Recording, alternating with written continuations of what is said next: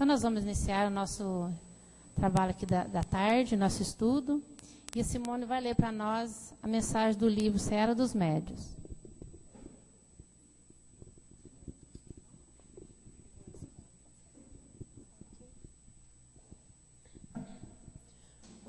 Boa tarde. O lado fraco. Não apenas os médiuns. Viste, muita vez, os melhores amigos iludidos na boa-fé. Muitos que se acreditavam resguardados pelo dinheiro caíram em miserabilidade pela exaltação da própria cobiça. Outros que se supunham inacessíveis à tentação desceram para as furnas do vício, arrastados pela fraqueza do sentimento. Grandes inteligências, categorizadas por infalíveis, rolaram na lama por se haverem levantado em pedestais de orgulho. Criaturas que consideravas como sendo poemas de beleza sublime, desfiguraram-se à pressa, mostrando máscaras de agonia pelo abuso do prazer.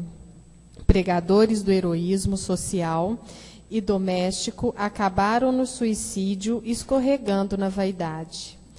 Nobres tarefeiros do progresso pararam a máquina da própria ação, em meio do caminho, corroídos pelo desânimo. Ninguém existe no mundo invulnerável ao erro. Todos nós, encarnados e desencarnados, em aprimoramento na Terra, somos sujeitos à ilusão, através dos pontos frágeis que apresentemos na construção dos próprios valores para a vida maior.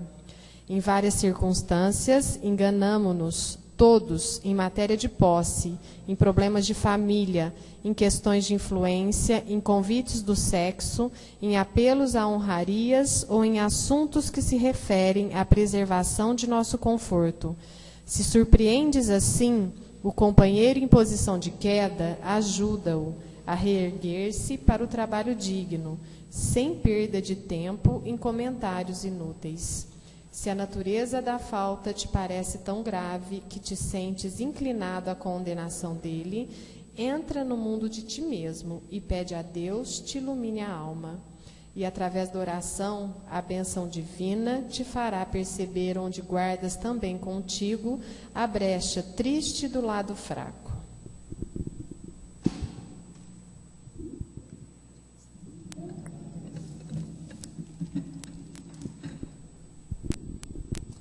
Então, nós vamos fazer uma prece, elevando os nossos pensamentos ao nosso Mestre Jesus, a Deus, nosso Pai de amor. Agradecemos por estarmos mais uma vez nesta casa, em estudo, e pedimos à equipe espiritual que ampare o Mário para que ele possa nos transmitir com muita segurança tudo o que ele preparou. Agradecemos a equipe espiritual, coordenadora desse trabalho, que com certeza sempre está ao nosso lado, nos amparando, e que Jesus nos dê muita luz para que possamos continuar nesta casa, buscando o equilíbrio e buscando compreender mais da nossa vida. Pai nosso que estais no céu, santificado seja o vosso nome. Venha a nós o vosso reino. Seja feita a vossa vontade, assim na terra como nos céus. O pão nosso de cada dia nos dá hoje. Perdoe, Pai, as nossas ofensas, assim como nós perdoamos aqueles que nos ofendem. Não nos deixe cair em tentações. Livra-nos, Pai, de todo mal, que assim seja. Então, nós vamos passar já a palavra para o Mário. Ele é nosso colaborador, de vez em quando, aqui na casa, né, Mário? E você fica à vontade.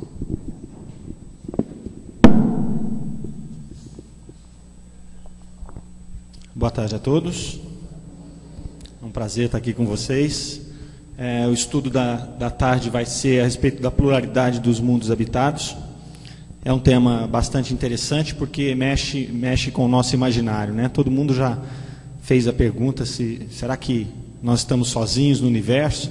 Será que não? Como seriam as outras civilizações? Como seriam os outros mundos? E a gente não tem as respostas não, viu? Então já deixo claro que nós não vamos esclarecer muita coisa não. Mas a gente vai explorar um pouco esse ambiente e nós vamos fazer primeiramente uma análise do contexto histórico desse tema, da pluralidade dos mundos habitados. Vamos verificar algumas evidências, levantar algumas hipóteses do que estaria palpável às nossas vistas, né? O que é que nós poderíamos, na questão material, especular a respeito da pluralidade dos mundos habitados. Depois nós vamos explorar um pouquinho das obras espíritas, o que elas nos dizem a respeito desse tema. Então a gente vai ver qual é a orientação da filosofia espírita sobre o tema dos mundos habitados. E também das obras básicas, né? O que Kardec trouxe para nós aqui. Então vamos lá. Essa é a pergunta, né? Essa é a grande pergunta. Nós estamos sós? É difícil, né? Olhar para o céu, imaginar, estudar um pouquinho do tamanho do universo e chegar à conclusão que nós podemos estar sós aqui.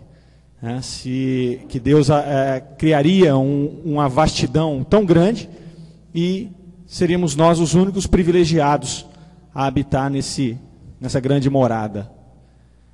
Se a gente olhar aqui, essa foto foi trazida pelo Hubble, né? E é uma imagem da Ursa Maior, e quase todos os objetos que a gente vê aqui são galáxias. Elas se encontram entre 5 e 10 bilhões de anos-luz de distância daqui do planeta Terra.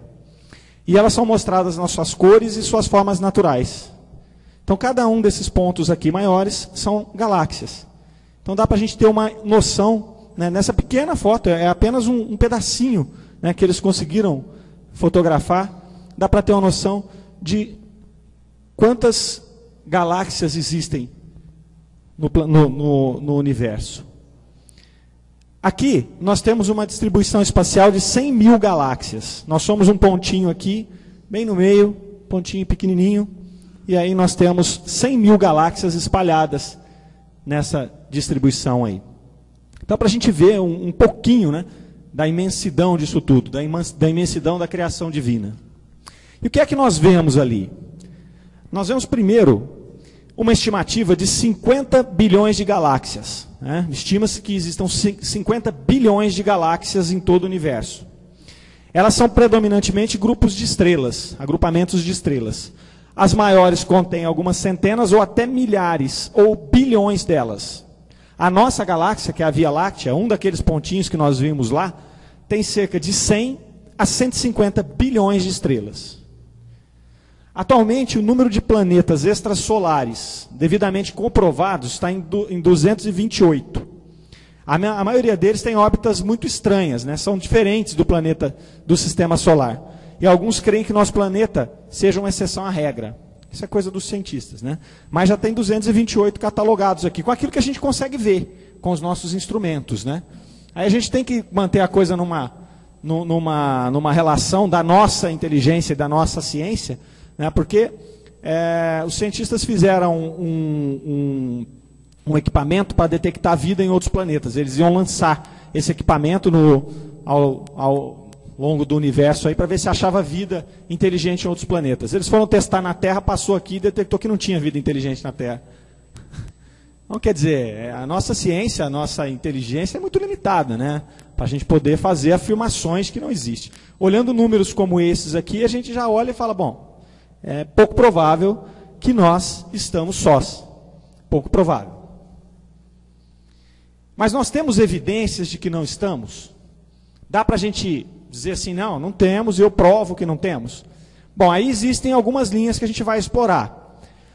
Desde as pinturas rupestres, moedas antigas, relatos em livros sagrados de várias religiões, nós temos, e até acontecimentos dos dias de hoje, nós temos algumas evidências. Não são provas, são evidências. E se essas evidências forem verdadeiras, quem eram essas civilizações? Nós sofremos em algum ponto da nossa história alguma influência externa de seres de outro planeta? Seres mais evoluídos que nós? Isso é um pouquinho do que a gente vai explorar. Vamos ver algumas evidências aqui. Aqui é uma pintura rupestre de 2000 anos antes de Cristo. Ela foi encontrada entre a Rússia e a China, onde acredita-se que exista um astronauta aqui, ó, com traje de voo, um traje espacial, carregando um artefato, que pode ser um rádio, alguma coisa desse tipo. E aqui em cima a gente vê alguma coisa que pode ser caracterizado como uma nave. Né? No centro da pintura aqui, está aqui o astronauta, né? O que parece ser um astronauta, e aqui uma nave. Aqui nós vemos também alguém que parece vestindo uma roupa. Né? 2000 anos antes de Cristo foi feita essa pintura. Então, é no mínimo interessante. Aqui nós temos outros exemplos de pinturas também. Né? E aqui nós temos os defensores da teoria dos antigos astronautas. Vocês já devem ter visto aquele programa, acho que é no Discovery, que passa de um cara com o cabelo todo em pé. Eu ia reproduzir aquele cabelo aqui hoje, mas não fui muito feliz no meu gel. Né? E ele fala que tudo é alien, né? São aliens. Então, eles vêm com essa teoria aqui, dos antigos astronautas. Né? Eles acreditam aqui que essa pintura rupestre australiana, de mais de 5.000 anos, representam viajantes extraterrestres também. Né? E aqui, ó, essa é uma figura muito semelhante com outra encontrada 6.000 a.C., do outro lado do mundo, lá em Tassili, no deserto do Saara. Se você vê essa figura aqui e essa, encontrada do outro lado do planeta, né, numa época 5.000 anos 6.000 anos antes de Cristo, é bastante interessante. De onde teria vindo essa ideia de pintar isso desse jeito? Lá no deserto de Toro Muerto, no Peru, né, esse Eric von Däniken foi quem escreveu aquele livro, Eram os Deuses Astronautas. Talvez tenha sido o precursor dessa ideia, né, dos astronautas terem vindo aqui e terem sido tratados como deuses pelas civilizações antigas. Então está lá, ó, a semelhança dessa figura com o astronauta talhada em rocha pré-histórica, encontrada perto de Capo de Ponte, na Itália, é chocante. Ó. Então tem aqui uma imagem talhada na pedra, né, e essa outra do deserto aqui, lá no Peru. Então também é bastante parecido, né? Aqui ó, parece um capacete, né, com algumas anteninhas, um artefato na mão. Então nós estamos falando lá de coisas lá da pré-história. Aí a gente vai para o Egito. Lá no Egito existem vários desenhos, né, que apresentam o que seriam naves aqui. Ó. Esse é muito parecido com um helicóptero nosso, aqui uma nave também, ó, outro disco aqui, voador. Né, ou aqui outro que parece um avião. Ó. Né, então de onde eles tiravam essas ideias? De onde eles tiravam essas imagens para poder talhar aqui? Essa daqui lá por parte dos astecas, ó, o que parece ser uma nave e uma pessoa mostrando como se dirigiria essa nave, né, com comandos, manuseando comandos. Então isso é bastante interessante, nos leva a algumas reflexões interessantes aí. Aí nós vamos para as linhas de Nazca, lá no Peru. As linhas de Nazca até hoje são um enigma arqueológico. Elas estão desenhadas em 900 quilômetros quadrados de área. É muito chão.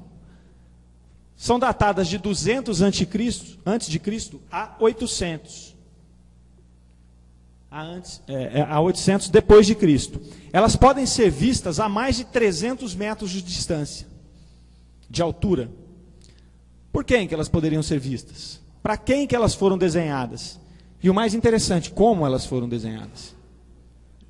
Então você vê aqui, um desenho aéreo de como são essas linhas. Vamos ver um pouquinho como é que elas são aqui. Essa aqui é uma foto de satélite, é uma imagem de satélite de como elas aparecem, vistas lá do espaço. Então é como se fossem campos de pouso aqui, uma coisa bastante interessante. Algumas delas aqui. Parecem pistas de pouso, de balizamento, alguma coisa demarcatória. Então aqui tem um pássaro, ó.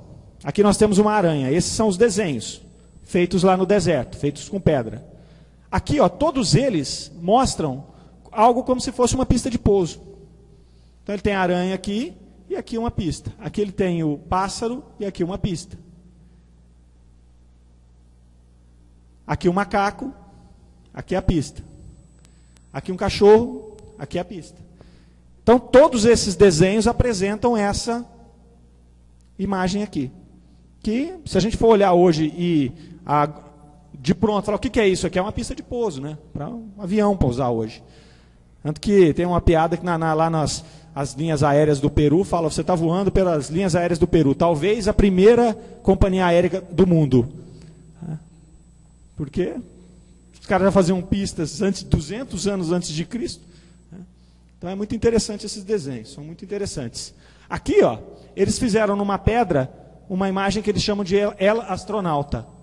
Então é como se, quando eles estivessem chegando ou indo embora, eles se deparariam com esse desenho, dando um tchauzinho para eles. E tem outro bastante interessante, que é o candelabro de Paracas lá. Essa imagem, ela tem 183 metros de altura, 3,2 metros de largura e 1,2 metros de profundidade. Ela pode ser vista a 20 quilômetros de distância. E qual a origem dela? Ninguém consegue saber como é que os caras fizeram isso nessa face da montanha. Muitas vezes se analisa essas construções e outras que nós vamos ver. Se você olha à luz da engenharia, da arquitetura moderna, você já vê uma dificuldade enorme de fazer isso hoje.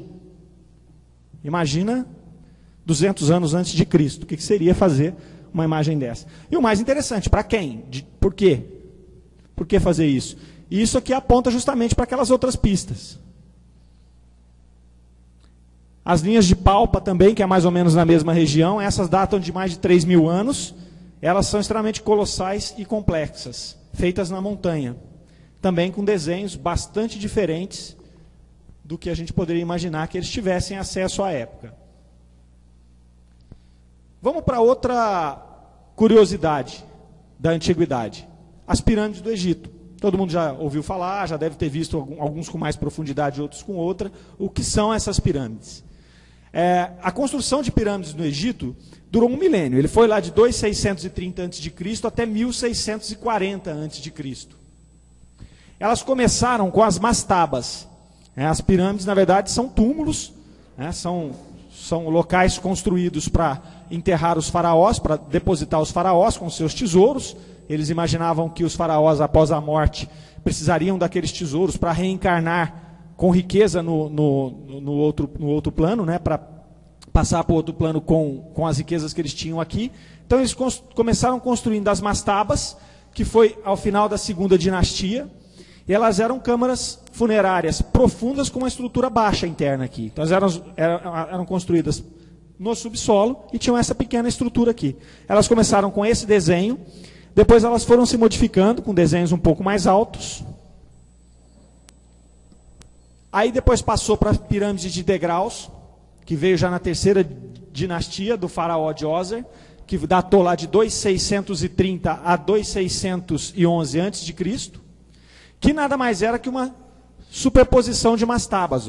Então uma mastaba maior aqui foi diminuindo e formou o que a gente entende ali como uma pirâmide, chamada de pirâmide de degraus. Depois eles tentaram fazer já o que é a pirâmide atual, e aí deu origem a essa pirâmide denominada pirâmide torta.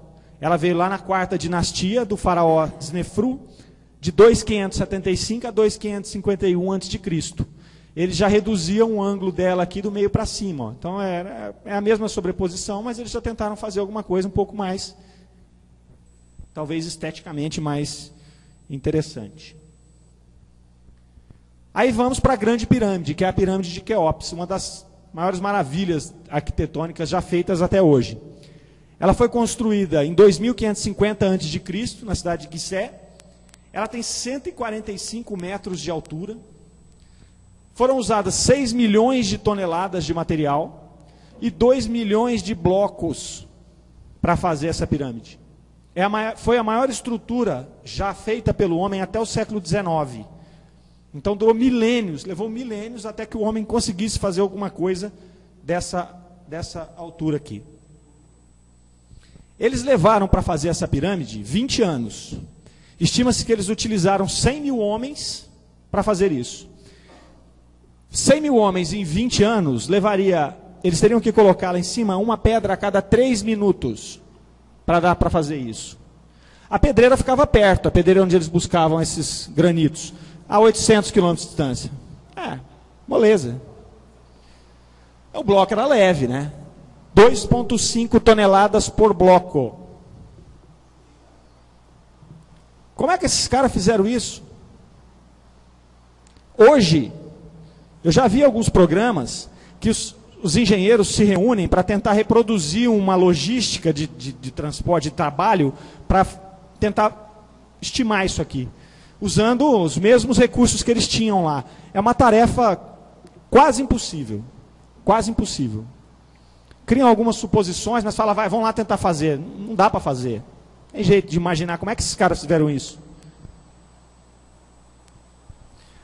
O alinhamento delas. Elas têm as faces alinhadas para os pontos cardeais. No centro exato da Terra. Essas pirâmides estão localizadas no centro exato da Terra. E tem um alinhamento com o cinturão de Órion. Olha aqui, ó, as 3 pirâmides. Olha o cinturão de Órion. Isso feito há 2.500 anos antes de Cristo. É de arrepiar, né? Você olha isso e fala, meu, como? Como que esses caras fizeram isso? Aí, a gente vai para outro lugar. Tá bom, os egípcios eram os caras fora de base. Então tá. Então, tira os egípcios daí e a gente tenta entender o resto. Não é bem assim. Se a gente for lá para o Vale do Indo, onde é o Paquistão hoje, em Mohenjo-Daro, 4.000 anos antes de Cristo, eles já tinham cidades com 4 metros, ruas de 10 metros de largura, igual uma avenida. Aí a gente olha isso e fala, se Franca fosse assim, que delícia que ia ser, aquelas ruínas curtinhas lá do centro. Palácios de 3 andares, 4.000 anos antes de Cristo. Eles usavam tijolos com da mesma forma que se faz tijolo hoje, iguais os nossos. Eles usavam água corrente, eles tinham tubulação e tinham fossas. Há 4.000 anos antes de Cristo, em Mohenjo-Daro, no Vale do Hindu. Aqui é um desenho da cidade, como seria a cidade. Aqui é dentro dela, ali é como seria ela de cima. Não foi descoberta não faz muito tempo. Tem uma coisa muito interessante lá em Mohenjo-Daro, que tem um local lá que chama Colina dos Mortos. É um local extremamente radioativo. É um local onde foram encontrados esqueletos com traços de carbonização e calcinação de vítimas de morte repentina e violenta. Eles viram lá fotos, por exemplo, de elefantes e animais que estavam com comida na boca ainda. Então, vocês já viram aquelas fotos do vulcão lá do Vesúvio?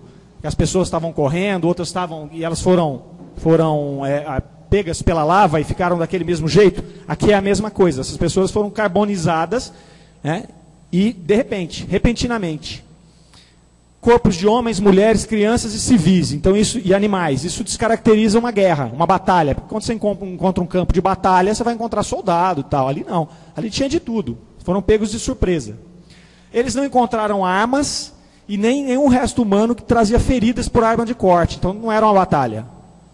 Não era uma batalha. Alguma coisa aconteceu ali que carbonizou esse povo todo aqui. E ainda, nesse caso aqui, as análises, principalmente aqui das pedras, da fusão das pedras, demonstra mais ou menos a mesma característica de uma pedra de Hiroshima e Nagasaki, por exemplo, que foram fundidas através de uma caloria tão forte que só uma explosão atômica pudesse causar esse tipo de fundição na pedra. Então, alguns especulam que poderia ter havido até uma guerra no espaço, entre naves, e que eles tinham lançado algum tipo de bomba radioativa ali para acontecer aquilo, né? Mas aí já cai no campo das especulações. A gente não é a nossa linha de raciocínio querer especular exatamente o que aconteceu, mas sim levantar os fatos e dizer, esse povo aqui foi pego de surpresa por alguma situação que não é comum no planeta Terra, é numa região específica, um pedaço só, não é uma região muito grande, e as mesmas características de uma explosão atômica. O que teria acontecido ali? Outra coisa interessante ainda lá na região do Vale do Indo são esses desenhos que a gente encontra do que eles chamavam de vimanas. Isso aqui é muito interessante, né? Então eles chamam lá de samar, máquinas de aço sem emenda com uma descarga de mercúrio que saía da traseira na forma de uma forte labareda. Vimanika Sastra, não falo sânscrito, então fica ruim. Lida com uma forma de pilotar os vimanas, precauções com voo e como voar com a energia solar. Isso está lá nos livros sagrados dos hindus.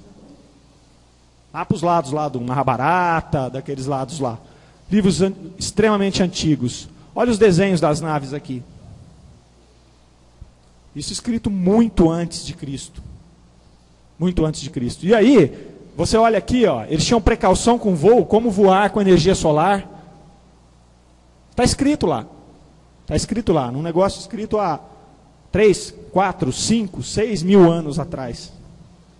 Então isso é bastante interessante. Aqui é uma reprodução desse desenho, como seria ele visto hoje, né? Se a gente tivesse feito um filme sobre ele, por exemplo. Mas esse é o desenho original de uma Vimana. Aqui é outro modelo. Eles têm vários modelos lá dessas naves. Aqui a gente supõe que, sei lá, alguém ou voou nela ou conversou com alguém que voava e que explicou como é que funcionava esse negócio.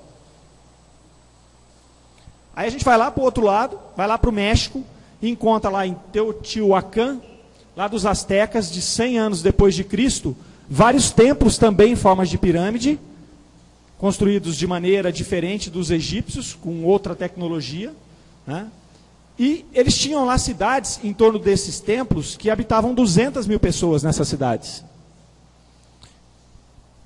Aí nós chegamos aonde? Hoje, né, no último século passado, nesse início de século, nós temos vários outros exemplos de ufologia. Tem o caso Roosevelt, tem casos na Rússia, tem esses famosos desenhos que a gente vê em plantações. Então, quer dizer, tudo isso sempre permeou o nosso imaginário.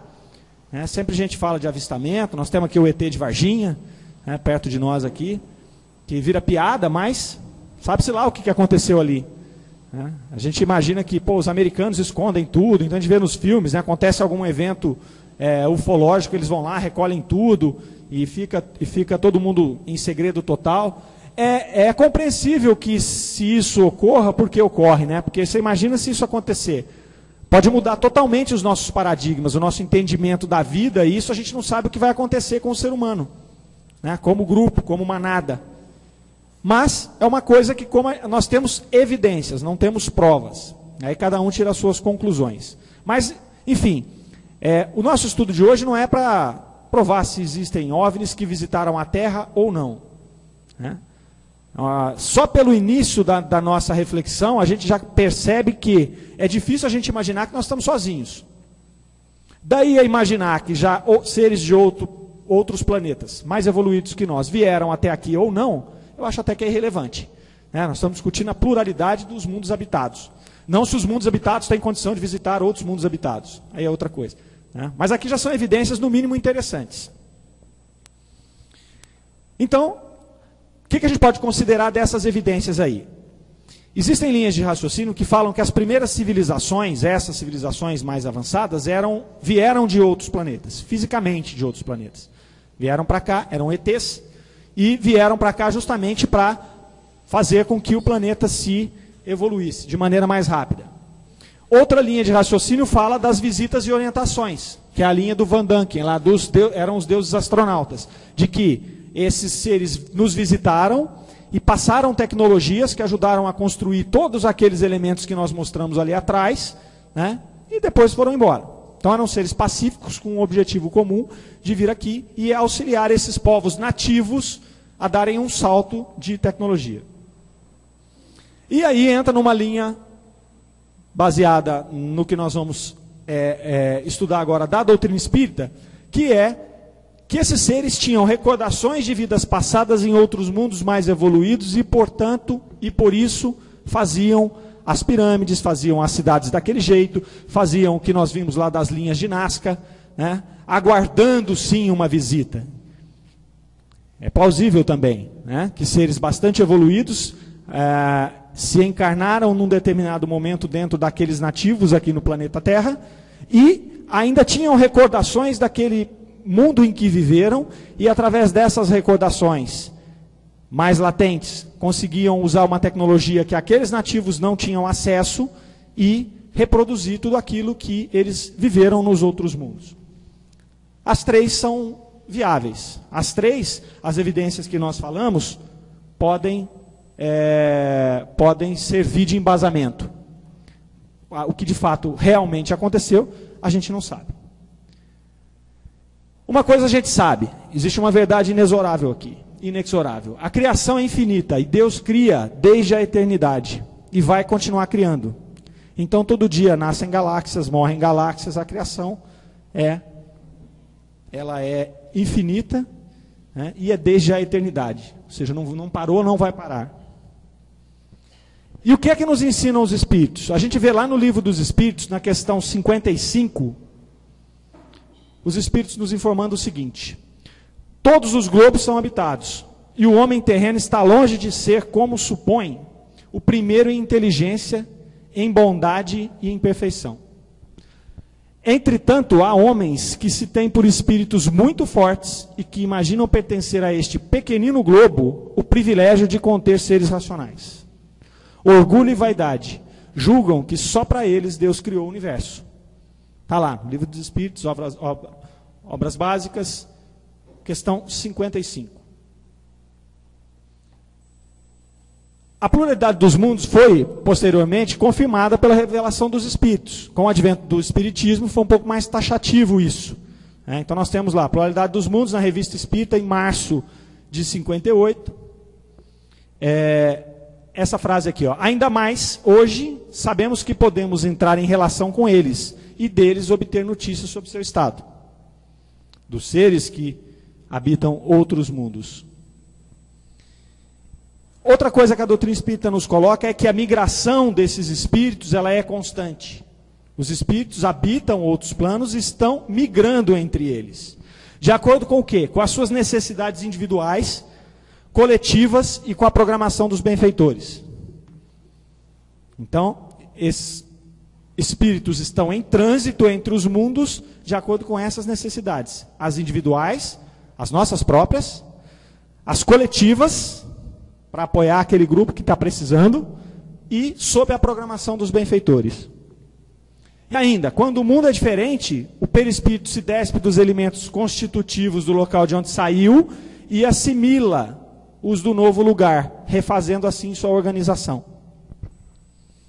Então, quando um espírito sai lá de um mundo evoluído, onde ele tem um perispírito sutil, né, mais leve, e ele vem para um planeta, como o planeta Terra, lá naquela idade antiga, ele precisa se revestir de uma nova matéria, extremamente mais densa, extremamente mais pesada, menos evoluída, para refazer a sua organização e se expressar como vida naquele plano.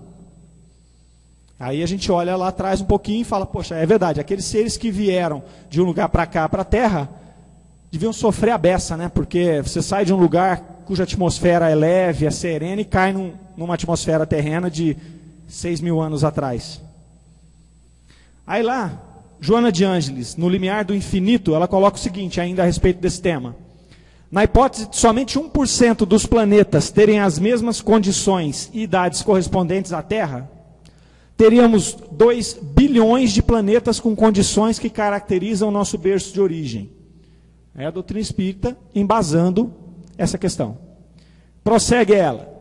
Dando-se a possibilidade remotíssima de que apenas 1% desses tivesse condições de vida semelhante à nossa, defrontaríamos aproximadamente com cerca de 20 milhões de planetas iguais ao nosso com vida inteligente. Se 1% deles tivesse condições de vida. 20 milhões de planetas com vida, que poderiam ter vida inteligente igual a nossa. Aí ainda a doutrina espírita nos traz os exilados de Capela. Para nós que somos espíritas, talvez uma questão definitiva. Não sobre o que aconteceu lá naquelas construções, mas sobre a nossa origem, sobre o que aconteceu com aquelas civilizações que estavam lá. Do que trata isso? Capela era uma grande estrela na constelação de Cocheiro e recebeu na Terra, né, o nome de Capela ou Cabra. A luz de Capela gasta cerca de 42 anos para chegar à face da Terra, considerando-se a regular distância existente entre Capela e o nosso planeta. Então está 42 anos-luz daqui. O que aconteceu lá? Jesus, mais as grandes comunidades espíritas diretoras do cosmos, pegaram as entidades sofredoras e pertinazes no crime que estavam vivendo em Capela, que passava de um planeta de expiação e provas para um planeta de regeneração, e as transferiram para a Terra com 2 propósitos.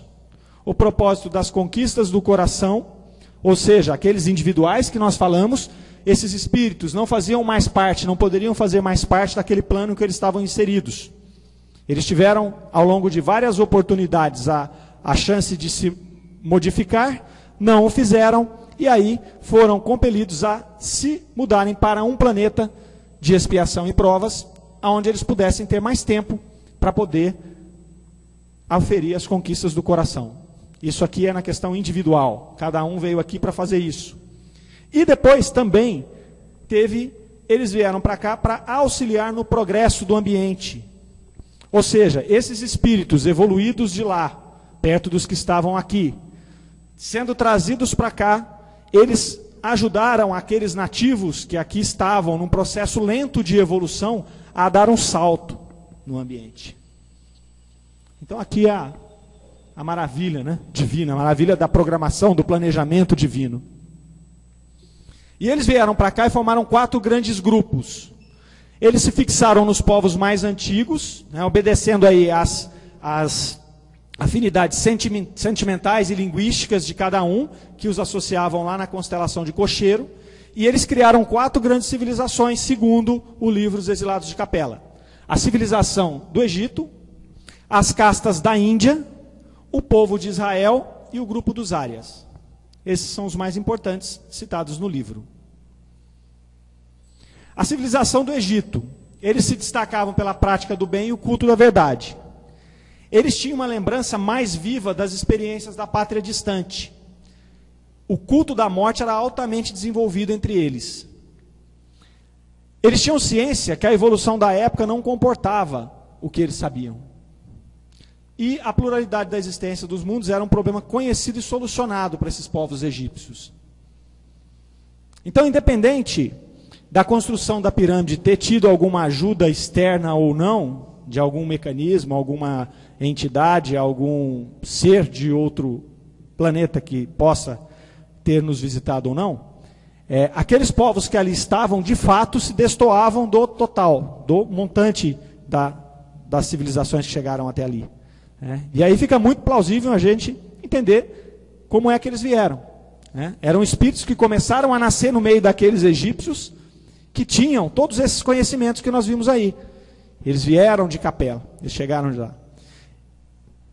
E aí tiveram condições de fazer todo esse trabalho que nós mostramos anteriormente. Lá na Índia, eles são ainda anteriores à civilização egípcia, e deles descendem os povos arianos que depois floresceram na Europa.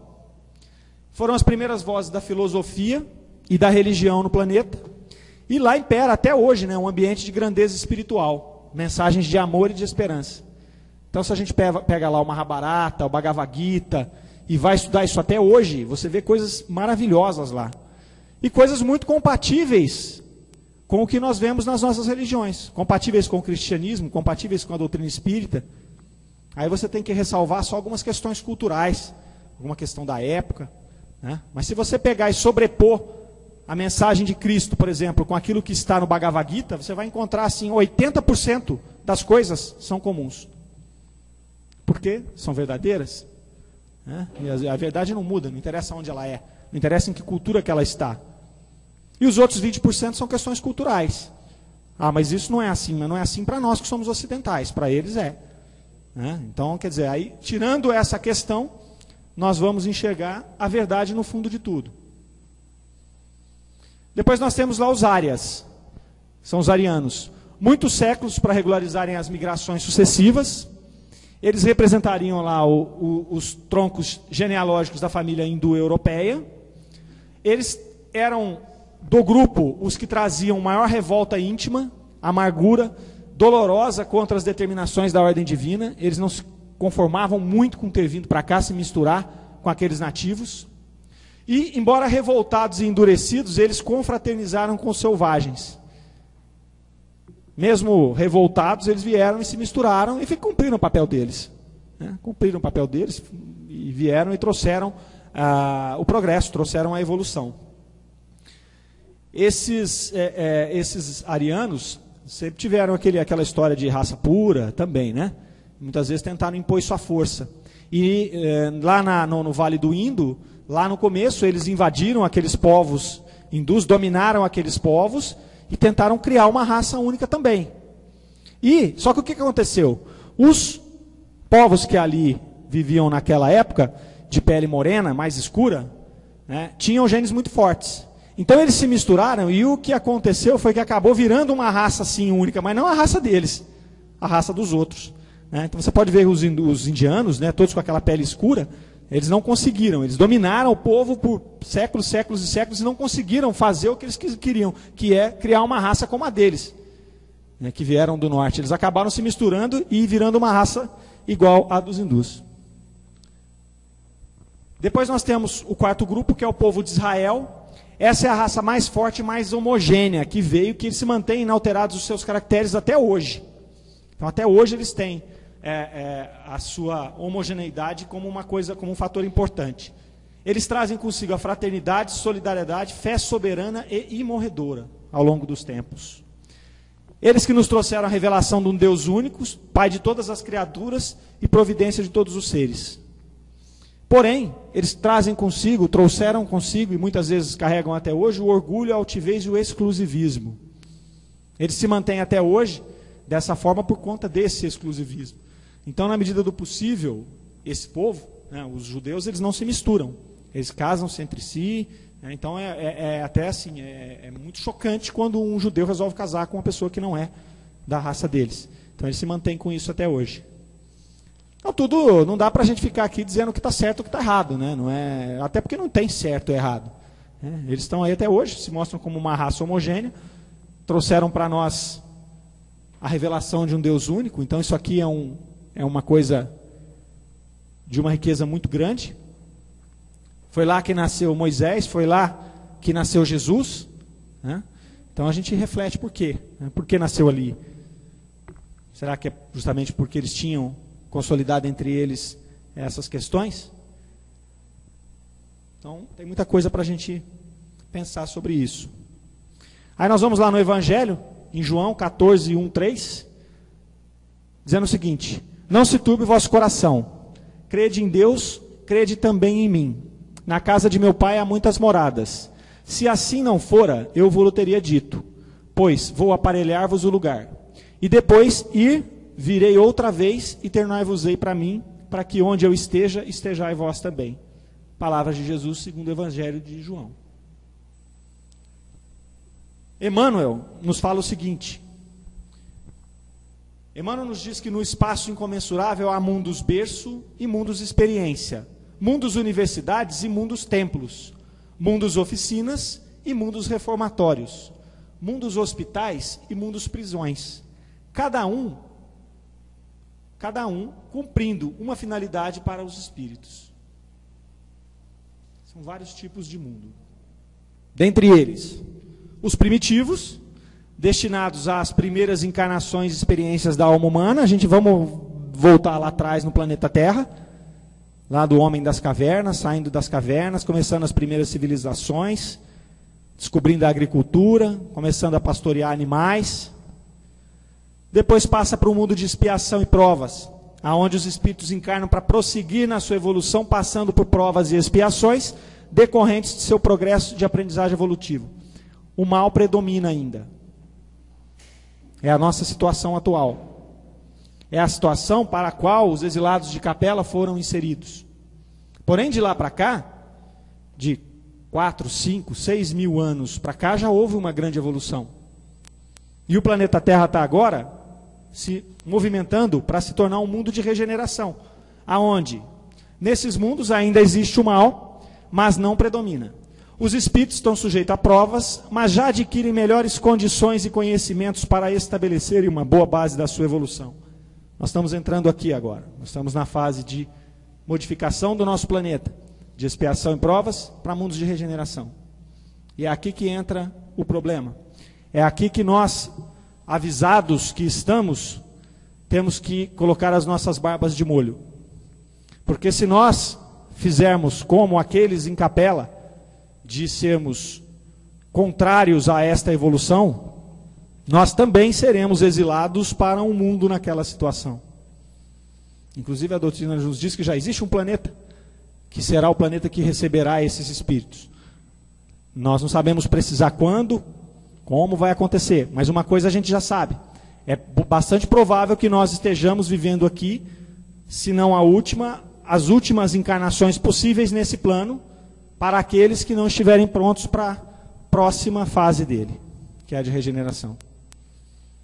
Então é um momento de muito cuidado para nós espíritas, talvez de mais cuidado ainda, porque nós estamos avisados de maneira mais clara, mais objetiva. Então não vai dar para a gente depois falar, eu não sabia. Não dá para ignorar, não dá para alegar ignorância à lei.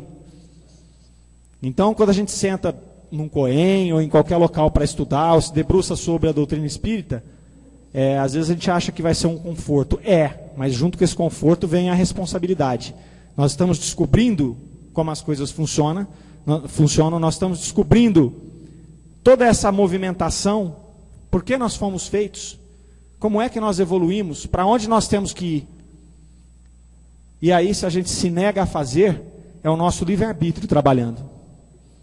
Aquele que é ignorante, que não sabe, pode alegar depois, eu não sabia, nós não.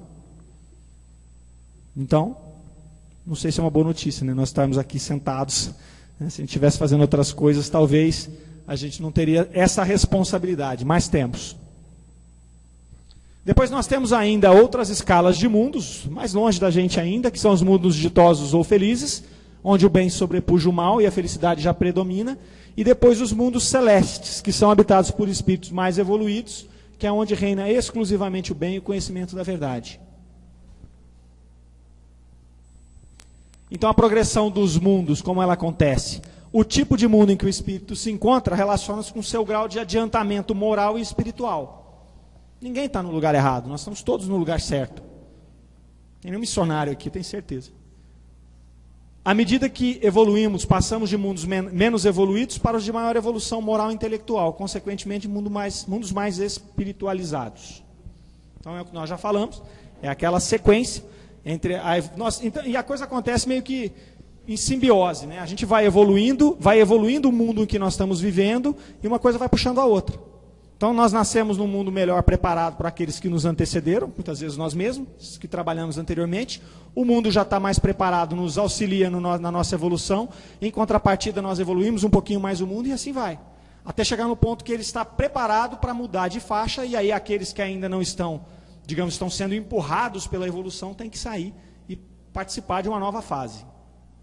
Aí a gente vê lá Santo Agostinho, no Evangelho segundo o Espiritismo, capítulo 3, item 19, dizendo o seguinte: quem pudesse acompanhar um mundo em suas diferentes fases, desde o instante em que se aglomeram os primeiros átomos destinados a constituí-lo, vê-lo-ia percorrer uma escala incessantemente progressiva, mas de degraus imperceptíveis para cada geração, e a oferecer aos seus habitantes uma morada cada vez mais agradável, à medida que eles próprios avançam na senda do progresso.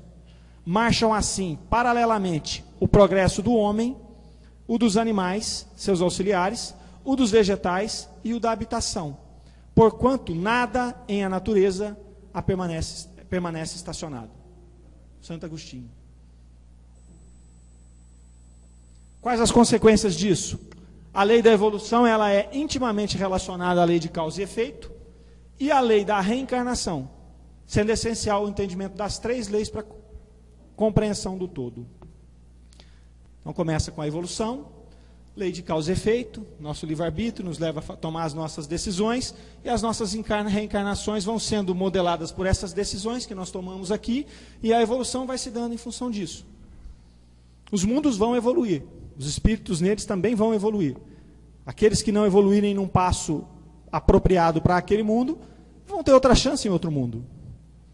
Então, ou a gente coloca as nossas barbas de molho, ou nós vamos lá construir pirâmide, templo, sei lá o que, em outro planeta. Deve ser quente a beça lá. Então, é isso aqui, ó. O tipo de mundo habitado, as reencarnações, o estado evolutivo de cada espírito. Começa lá nos mundos mais densos, né, com espíritos também mais densos, e aí a coisa vai se depurando, à medida que a reencarnação vai acontecendo, o estágio evolutivo vai se ampliando e vai modificando o mundo e os espíritos. Muito simples, parece, ao final. né? E nós somos todos cidadãos do céu. Lá em Urânia, Flammarion nos coloca que o progresso elevou lentamente as almas. A natureza está em incessante progresso. O universo é um perpétuo futuro. A ascensão é a lei suprema. A Terra é o satélite de uma estrela, presentemente e também no futuro. Somos cidadãos do céu, saibamo-lo ou ignoremo-lo. Em realidade, vivemos nas estrelas. Então é isso. Aí a gente pode tirar as nossas conclusões, mas eu acredito que imaginar que estamos sozinhos não dá mais, né? Então tá ótimo. É isso que eu queria estudar com vocês hoje. Obrigado.